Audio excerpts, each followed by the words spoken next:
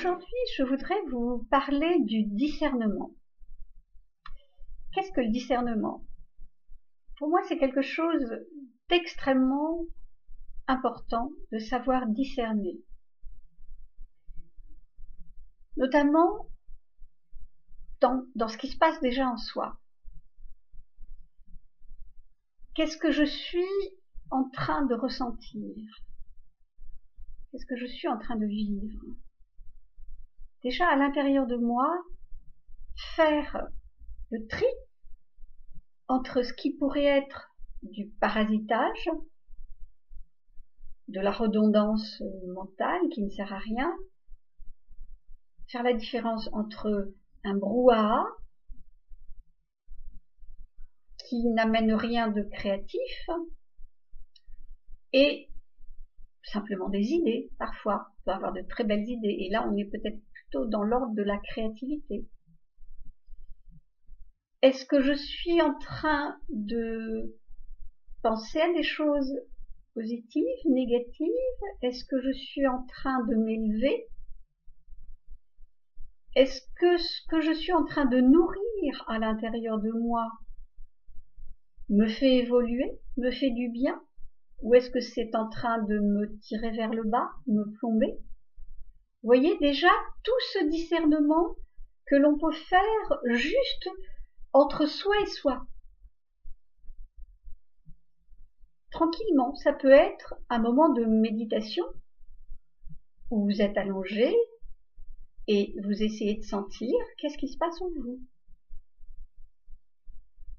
Et bien différencier ce qui vous fait du bien et ce qui aurait tendance à vous emmener vers de la négativité ou comment dire, peut-être vous éloigner de vous-même tout simplement.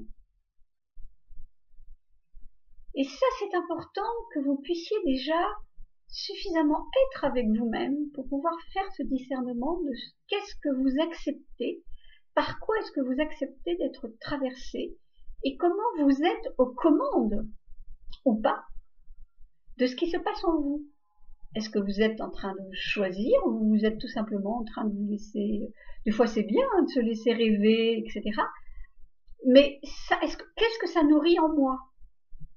Qu'est-ce que ça nourrit en moi? Est-ce que ça m'élève? Est-ce que ça me fait du bien? Est-ce que ça me fait en joie? Ça me fait me mettre en joie. Et il y a aussi le discernement vis-à-vis du monde extérieur par rapport à une situation. Par exemple, vous pouvez vivre une situation peut-être récurrente à votre travail ou avec des amis. Et le discernement vous permet de savoir dans une histoire, dans une situation, qu'est-ce qui m'appartient et qu'est-ce qui appartient à l'autre? Qu'est-ce qui m'appartient à moi? Qu'est-ce qui correspond à ma réaction? Qu'est-ce qui vient me chahuter à l'intérieur de moi? Qu'est-ce qui me dérange dans telle situation? Et à ce moment-là, quand j'arrive à séparer ce qui appartient à l'autre, qui serait dans son système à lui et qui n'est pas dans mon système, et comment je reconnais ce qui est dans mon système?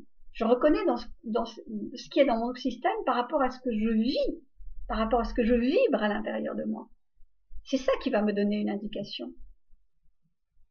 Ce sont mes réactions, ce sont mes sentiments, ce que je vais vibrer.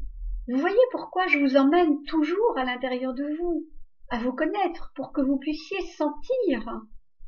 Et à partir de ce moment-là, quand vous savez ce qui vous appartient et ce qui appartient à l'autre, vous allez prendre en charge ce qui vous appartient uniquement. Parce que vous ne pouvez pas prendre en charge ce qui appartient à l'autre, parce que vous n'avez pas à travailler pour l'autre, ou à vouloir changer l'autre, ou à dire quoi que ce soit par rapport à l'autre. Ça lui appartient, c'est à lui de régler son histoire. Par contre, vous, ce qui est intéressant dans une situation où on est deux ou plusieurs, c'est de discerner ce qui est à vous, ce qui fait partie d'un système de fonctionnement qui est le vôtre, et savoir qu'est-ce qui a été dérangé, qu'est-ce qui a été chahuté, qu'est-ce qui a été mis en miroir par la situation, qu'est-ce que la situation est venue me refléter à moi-même, dans mon système, qui serait intéressant d'aller voir. Et là, vous commencez un travail sur vous. C'est tout simple. Vous voyez, quand je vous dis que l'on a le mode d'emploi intégré à l'intérieur de soi. Mais il faut pouvoir s'en servir, il faut avoir envie, il faut avoir le désir de s'en servir, il faut avoir aussi le désir de se connaître, le désir de travailler sur soi. Quand je dis travailler sur soi, c'est pas de la labeur, c'est pas... Les gens disent, oh là là, travailler sur soi, mais c'est horrible, mais pourquoi faire, etc.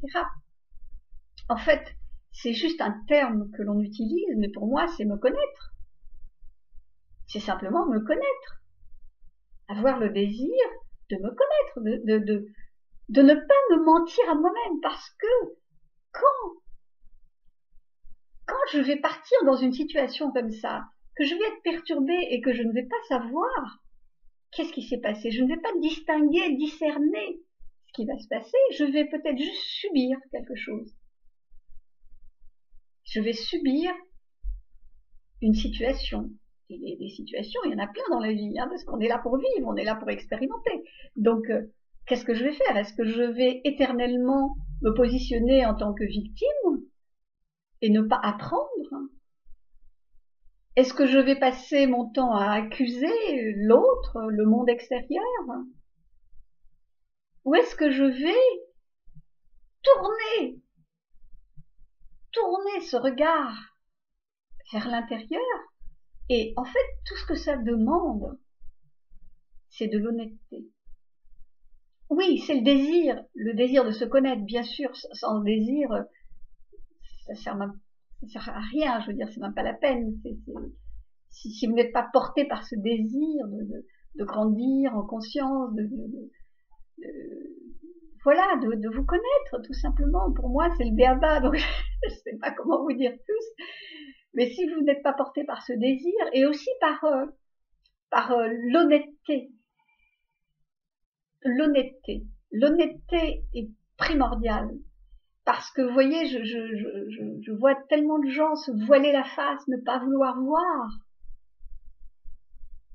ne pas vouloir se remettre en question, comme si vous perturbez cet équilibre, c'est comme terrible, et en même temps, il faut le respecter.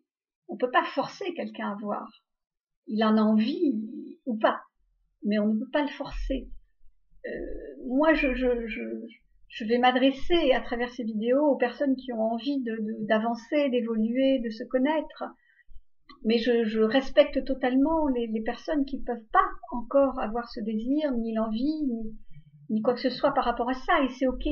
Mais pour ceux qui le souhaitent, alors je vous invite à travailler le discernement. Parce que le discernement va vous aider à séparer les choses, à remettre les choses à leur place. Et à prendre en considération que ce qui peut être à votre charge, c'est-à-dire vous, pas quelqu'un d'autre que vous. Et à ce moment-là, vous rentrez dans une forme de maturité. Vous rentrez dans une forme de maturité de l'être. Vous voyez, l'adolescent, il n'arrive pas à avoir encore cette maturité. Il ne l'a pas, c'est normal. Il n'a pas eu suffisamment d'expérience de la vie. Et il est simplement juste dans de la réaction. Et c'est normal, il a besoin de s'affirmer à travers cette réactivité, etc. C'est le passage de l'adolescence. Mais à un moment donné, on est invité à rentrer dans la maturité. On est invité à rentrer dans sa propre maturité, la maturité de l'être.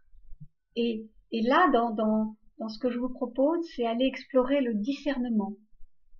Voilà, je discerne, je sépare, voilà, je fais le tri. Et je retiens ce qui... La partie de ce que je retiens, c'est ce que je vais pouvoir travailler dessus, pouvoir agir dessus, pouvoir opérer des réajustements. Et pour un but, le seul but, c'est être de plus en plus consciente, de plus en plus heureuse, et dans le but aussi d'avoir des relations saines.